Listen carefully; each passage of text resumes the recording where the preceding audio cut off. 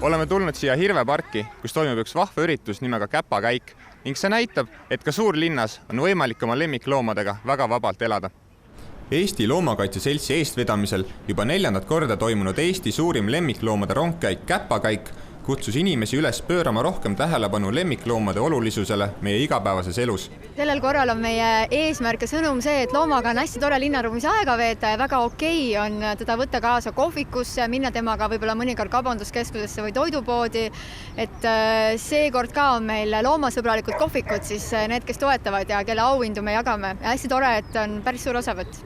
Tallinn on toredasti hästi roheline linn ja meil on kihvtid lemmikloomade mänguplatsid, kuhu siis inimesed kogunevad. Ja linnaosati on ju sellised Facebooki grupid isegi, et Kalamajast ja Kakumäelt, et kus siis inimesed saavad kokku ja kirjutavad, et kes täna õhtul tahab korraga välja tulla.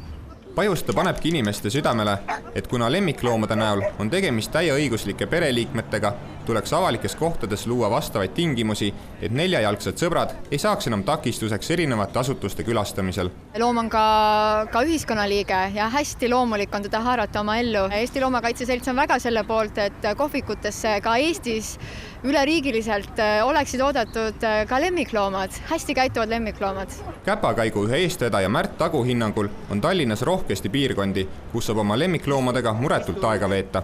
Ütlen ausalt, Tallinna linn on teinud väga palju selle heaks, et oleks just neid koera jalutamispargikesi ja neid nii-öelda kohakesi, kus neid lasta joosta, et selles mõttes, et iga päevaga läheb paremaks.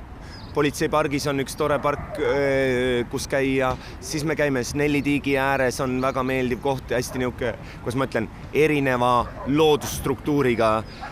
Issand, Mustamäel on paar kohta, kui oleme Mustamäele sattunud.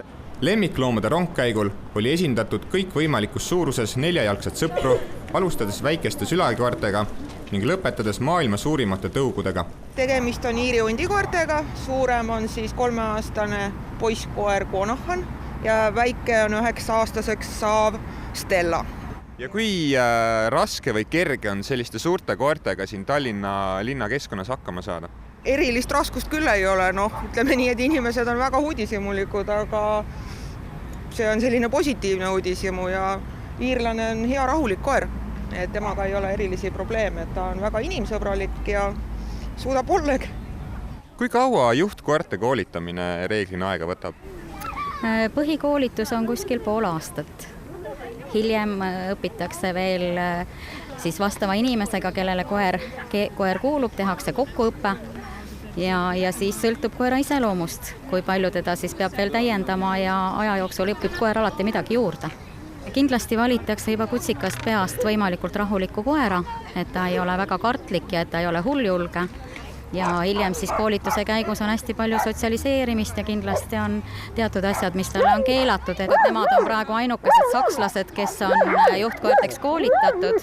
Reeglina on enamus labradorid. Politseipargist alguse saanud rongkäik suundus haugatuste ning sabaliputuste saatel läbi linna Hirvepargi suunas, kus koertegal koerus oli üles seadnud põneva takistusraja, mille läbimist ka kõigile demonstreeriti.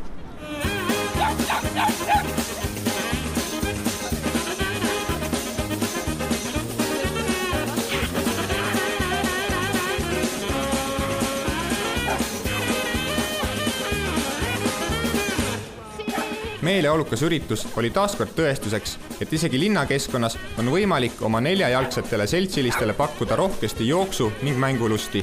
Jääb vaid loota, et lähitulevikus lisandub üle Eesti veel mitmeid kohvikud ning restorane, kes on uksed ka meie parimatele sõpradele avavad ning neid avasüli külla ootavad.